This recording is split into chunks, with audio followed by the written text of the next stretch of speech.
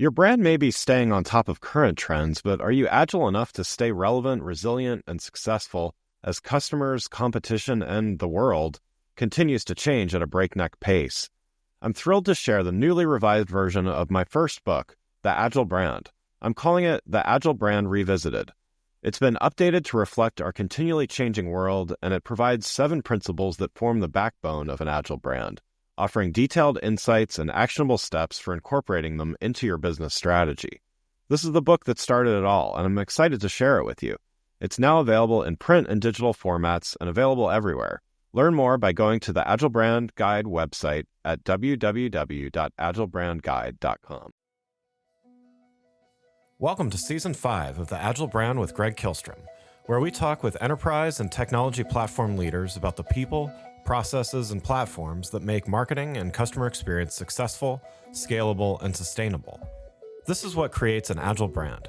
I'm your host, Greg Kihlstrom, advisor and consultant for Fortune 1000 marketing and CX leaders and teams as principal and chief strategist at GK5A, and best-selling author, keynote speaker, entrepreneur, and Agile certified coach. The Agile Brand podcast is brought to you by TEKsystems, an industry leader in full-stack technology services, talent services, and real-world application. For more information, go to teksystems.com. To sign up for the Agile Brand newsletter and get the latest insights and articles on marketing technology and CX, or to purchase a copy of my latest book, House of the Customer, go to gregkihlstrom.com. You can also find all my books on Amazon and other retailers. And now on to the show.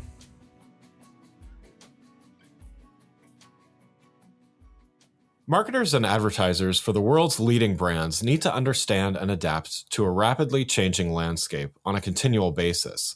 Whether it is the consumer behavior known as channel switching between devices, platforms, etc., or the continued behavior of scrolling through numerous walled gardens such as TikTok, Instagram, and Snapchat, the marketing and advertising technology industry grows increasingly fragmented. Today, we're going to talk about the Agile of the Omnibrand and what it means for both brands and the marketers behind them, as well as their customers. To help me discuss this topic, I'd like to welcome Oli Marlow Thomas, Chief Innovation Officer at Smartl.io. Oli, welcome to the show. Thank you, Greg. Fantastic to be here today. Really looking forward to this conversation. Wonderful introduction, very clear. Yeah, wonderful. Yeah, looking forward to talking about this with you. So why don't we get started, though, by you giving a little background on yourself? Sure. Well, look, hello, everyone. I'm Oli. I was the founder of Adlib. Adlib was a DCO company that was acquired by Smartl in the beginning of 2022. Before that, I spent about 5 years at Google, and before that, I was at the agency. So I've been in the industry for quite some time. I have lots of broad range of interests, I guess. I enjoy going to the circus. I love murder mysteries, but obviously my true passion is dynamic creative optimization, DCO. So yeah, it's been a long journey with DCO, and very excited now for the company Adlib to be part of the Smartl family. Wonderful. So yeah, let's dive in here. And so as I mentioned at the top of the show, and those listening, I'm sure are aware of this and dealing with this as well. Reaching consumers across fragmented walled gardens like Instagram, TikTok, or Snapchat is difficult. Can you talk a little bit about what challenges this poses to both brands as well as marketers? Sure. I think there's a lot of challenges. So, where Smartl are really spending their time and their energy is building technology for where advertisers are spending most of their money, which is increasingly on these platforms. But perhaps more importantly, where consumers are spending most of their time. They're jumping between these different apps day in, day out. The time spent on those apps is up nearly 40% over the last few years. And remember, these apps, their whole business is capturing the attention of the consumer. And they've done a really effective job. I think once upon a time, we would have looked at these players, Snapchat, Google, Facebook, TikTok, Instagram, etc., and thought like, oh, maybe they're mid or lower funnel. But now I think not only are users spending a lot of time on them, they're also taking a lot of action. So this has created a huge amount of complexity in the creative requirements for advertisers. So the content gap, as I like to call it, has got larger and larger. Consumers being on 8 channels means that, for each of those channels, there usually are different formats needed, from shopping ads to video ads to search ads, et cetera, et cetera. Yeah. And it's very hard to build rich, engaging content for those platforms. So I think, you asked what's the problem for the marketer and the consumer. The problem for the marketer is that to set up campaigns across these different platforms, there's a huge amount of task duplication for the in-house team or for the agency. There's also massive challenges around the creative requirements that are needed to activate on those different channels. And then you've got that all bundled into a big problem around measurement. How do we actually consistently measure, when the walls of the walled gardens are getting higher and there's no consistent thread to be able to understand what's actually going on between those different platforms? So it's a lot to take on. I think for the consumer, the real challenge comes when marketing is not delightful, useful, or valuable. And at the moment, I think a lot of the time, despite a huge amount of time that goes into media targeting, there isn't a lot of thought or energy put into the creative execution. And that's what we're really focused in on at Smartl. Of course, Smartl has loads of amazing capabilities around, platform campaign setup automation. But we really want to help solve for that problem around creative, making sure that we are delighting the consumer, despite, as I say, all of the work that goes into that targeting on the media side. Quite a lot of the side that time that isn't reflected in a creative execution that's relevant or appropriate. And that just means there's a really bad experience for the consumer. So that's what we're trying to fix, I guess, for the consumer and for advertisers more broadly. Yeah, I mean, one follow-up on that. Do you think that, gathering from what you're saying, do you think that some of the lack of creativity or maybe some of the challenges with creativity are brought about simply by an agency or an in-house team has to create content for 8 different channels? In other words, is it putting a strain on the creativity just because there's so much work that needs to get done to create that stuff? Undoubtedly. Yeah, it's a scale problem. But I think also, there's a requirements challenge, around the way that, the consumer expects to be spoken to by an advertiser. Increasingly, it's all about authenticity. Authenticity isn't what most big brands have spent their last, 50 years working towards. They've spent the last 50 years working towards large TV-style production, creative executions, which are very different to what we're seeing work and be effective on platforms like TikTok now, which is where actually the consumer, as I said earlier, is spending a huge amount of their time. Yeah, definitely. So your company, as you mentioned, Smartl specializes in media automation. Can you talk a little bit about how this works from the brand's perspective? So from the perspective of the teams that are tasked with creating the campaigns across all of these walled gardens. So starting with, let's talk about the workflow and how automating that workflow works. Sure. So the workflow has got close to, I think, unmanageable for in-house and agency teams.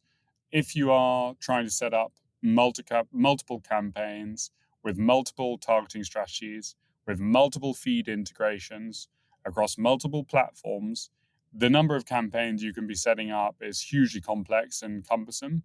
If you then overlay, for example, from a workflow perspective, actually you want to target multiple geos or cities because you're, say, a delivery company and like a Deliveroo, say, who are a large customer of Smartly's, you have an added layer of complexity.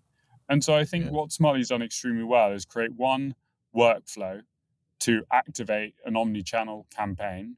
We take into consideration and, I guess, cater for all of the complexity of the different requirements for the different channels and set that campaign up in one go. And I think if you're not doing it inside one platform, you also have not only the task duplication side of working in many different platforms, but if you want to make a change or an update to a campaign, we're all becoming more agile marketers, you have to jump back into all of those different platforms. And from a workflow perspective, to optimize, it's just, again, virtually unmanageable. I guess that's Smartly's bread and butter, is media campaign management. But, as I'm going to talk about in a bit, the creative side is also extremely important. Yeah, yeah. Well, and so from the connection standpoint, and connecting multiple data sources, it's some of it. It's about connecting to all of those channels as well. But I would imagine there's a lot of different data sources that you might need to connect with, depending on the campaign as well. So how does Smartly approach internal teams and their ability to connect with multiple data sources? Well, of course, you're right. You're right, Greg. I mean, if you're having to activate across the different channels, and you have to, for example, onboard a feed, say, into all of those Yeah, different channels, it's extremely cumbersome. There's different integrations, there's lots of complexity, whereas Smartly gives you the opportunity to manage that feed in one place, control how, different products are optimized and rotated, within that feed across all of the different channels. And to be honest, it makes the whole experience fairly seamless. You mentioned data sources more broadly as well. I think that's something I'm really excited about. Beyond the product feed, there's also like great ways to make our messaging and the way we engage with the consumer more delightful by including, for example, weather or news feeds or live trading data, whatever it might be. All of these things enable the consumer to have a better experience and hopefully more relevant experience from an advertising perspective. But as you start to do them at scale, they become increasingly complex unless you have a solution like Smartly. before we continue, I want to tell you about the upcoming AI4 2023 conference, August 7 through 9 in Las Vegas at the MGM Grand. AI4 2023 brings together business leaders and data practitioners to facilitate the responsible adoption of artificial intelligence and machine learning technology. The conference features leaders from brands like Amazon, JP Morgan Chase, CVS, Estee Lauder Companies, UPS, New York Life Insurance, United Healthcare, and many more. While it's not specifically for marketers and CX professionals, there are plenty of topics both directly and indirectly related to the work you do every day. To learn more and register for the conference, go to ai4.io/USA/register. That's ai4.io/USA/register. And you can register with the code AgileBrand for 15% off your registration. That's AgileBrand, all one word. I'm excited to hear from this amazing lineup of speakers and thought leaders and hope to see you in Las Vegas. Make sure to register at ai4.io/USA/register with the code AgileBrand for 15% off your registration. Now let's get back to the show.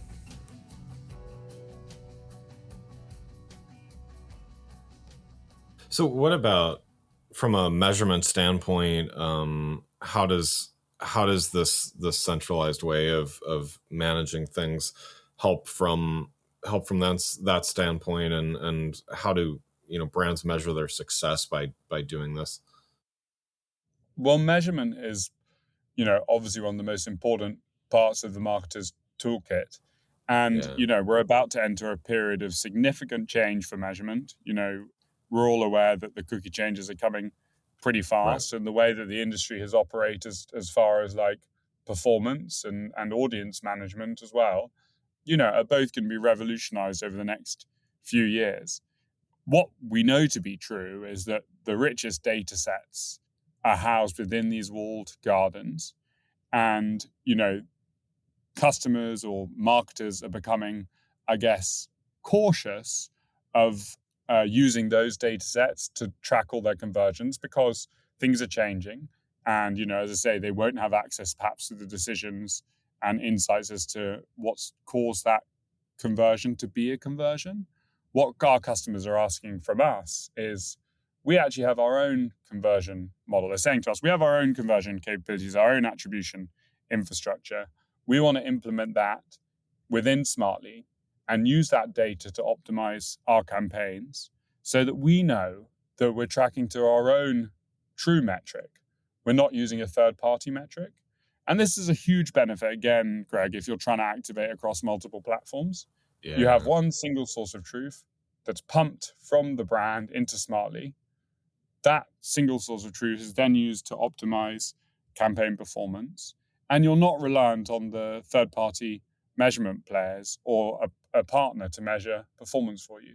And I think this is really critical for brands now. They've all spent the last few years getting their house in order, getting prepared for perhaps not being able to measure in the same way that they have the last, 20 years online. So it's quite an exciting time, I think, to relook at this and for brands to think about how Smartly can play a part in the optimization of their campaigns in the future.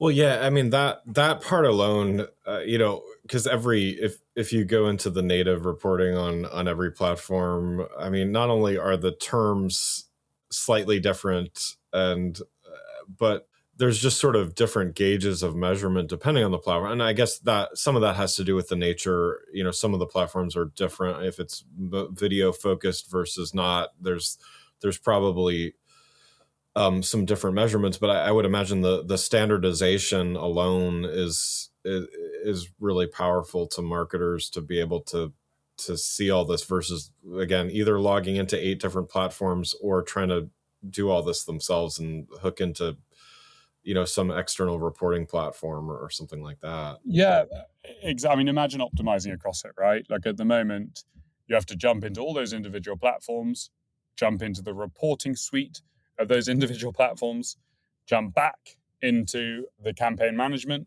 part of the platform, make the optimization, and it's not a holistic view of what's going on your marketing plan. That's the big benefit, of having it all in one place and having a view of the omnichannel, I guess.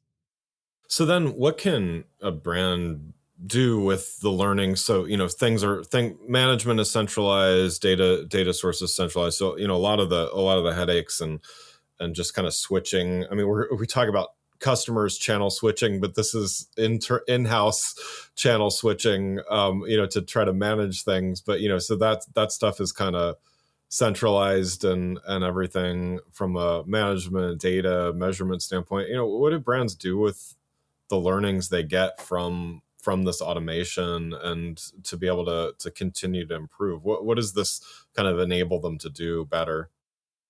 Well, I think for me, this is where we open up the conversation about creative, because by automating more of the campaign setup and having a better view of generally what's going on from a measurement perspective,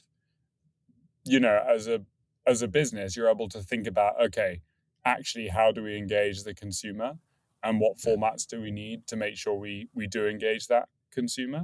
If you can spend less time on some of the manual, tedious marketing process requirements, you can actually think about how you capture the attention. And, when I was at Google, one of the studies that I worked on was we looked at the role of the 4 things that make up a campaign: media, targeting, data, and creative. And the first 3 we isolated and optimized. And we saw some impact in performance. The last one, creative, by far the most painful, by far the most time consuming, by far the most clunky, and by far, by the way, the most costly, had by far the most impact. And so what I'm hoping is that by driving more media automation and enabling measurement to be, one sophisticated single view based on your own data, it actually allows marketers to spend more time thinking about how they go to market with their message, which I'm a big believer is the most important performance driving lever that a marketer has. Yeah, definitely. And so that kind of leads us to, we've been talking about this from internal, whether it's an internal team or agencies working for an internal team. Now we kind of flip to the customer perspective. So when all of this is done and done well, media automation, and to your point, less time spent on connecting the dots and all of that stuff, and more time spent on creative. What does this feel like to a consumer? I think to a consumer, it should feel, 2 things. Firstly, that the content they're receiving is hopefully more relevant. Smartly and I are a big believer of bringing media and creative closer together. We did a survey last year that said 90% of marketers felt their creative and media teams had got further apart over the last few years. So, there's clearly a challenge there. And with those teams moving further apart, you're not going to get a good experience for the consumer. So firstly, hopefully it will create a better experience for the consumer. But I think perhaps more importantly, the marketer also feels like they're doing great marketing. I think all marketers at the moment online feel like online, despite spend increasing in the space, that the creative executions in particular and the actual assets that they're running online are not to the standard that they would like. And that's because of some of the problems that we talked about earlier. I think they'll be proud of the great work that they're doing if they're able to streamline some of these rather tedious processes. Yeah. And so you had touched on a little bit earlier about, there's lots of consumer data privacy things going on. I mean, GDPR has been around for a while, but, others around the world and here in the States as well as third-party cookie deprecation. One of these days, Google is actually going to do that. I think it's the end of 2024 now is the most recent date. Although by the time, by the time the podcast airs, it'll probably be pushed back again or something. But either way, it's going to happen. It's definitely going to happen. But how does this affect the way that you're approaching things? Look, I think Smartl is a European company, and so is Adlib. Both of us, privacy, GDPR, data regulation, etc. It's all been at the front of our mind, since GDPR, back in 2018. Right. So I think as a business, we understand and can operate in this space. From a strategy perspective, we took a decision, both Smartl and the Adlib that was acquired, to really think about how we made sure that what we were building was privacy compliant. And we did that by leaning on our partners. So we built in partnership with Facebook, in partnership with Google, which means actually those guys are addressing most of the difficult, logistical needs from a data privacy perspective. And we're piggybacking on that setup, which is very effective because it means that unlike a lot of the technology companies out there who are having to spend a huge amount of money, time, and engineering resource building for the new world, we're not having to do that, which I think is a real benefit to our business because we can focus on, I guess more exciting things like user-generated content, creative intelligence, and the role of cross-platform optimization from a media perspective. So yeah, it's a really exciting time for us, and I think we're well set up to deal with the challenges of privacy and regulation. Yeah, and I would imagine your approach there it's a lot less risky for customers too, since they're not relying on how you might do things as a third party and how Facebook or Meta might do something as well. They're relying on that end platform. Is that a fair Absolutely summary? correct. Yeah, it removes all of the risk for them. Most of them have already got fairly comprehensive agreements in place with the big platform players. So we just piggyback on those, which makes our life a lot easier. Yeah, because I mean that's kind of with all of this stuff, we're taking a lot.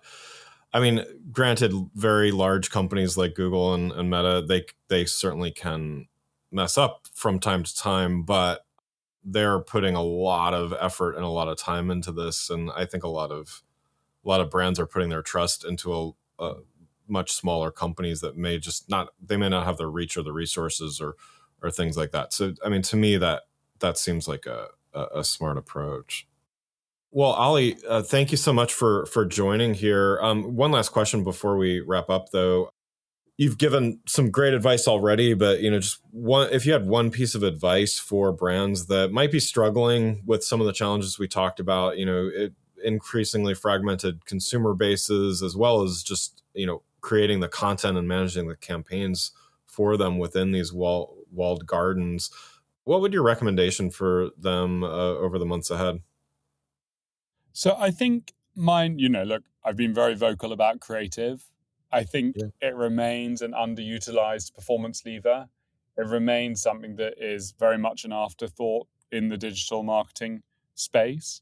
My recommendation would be take a step back, invest in authentic messaging, and I think you'll find you have a huge bump in performance. You can then build on top of that with, effective audience targeting strategies, activating different channels, et cetera, et cetera. But I think if you can think, creative first on your digital channels, you'll find it has a huge impact in your performance.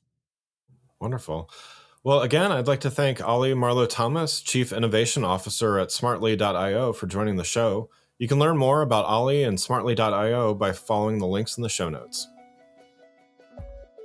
Thanks again for listening to the Agile Brand with Greg Kihlstrom podcast, brought to you by Tech Systems.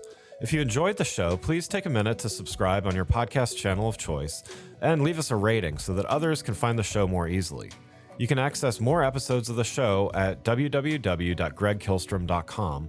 That's GregKihlstrom.com.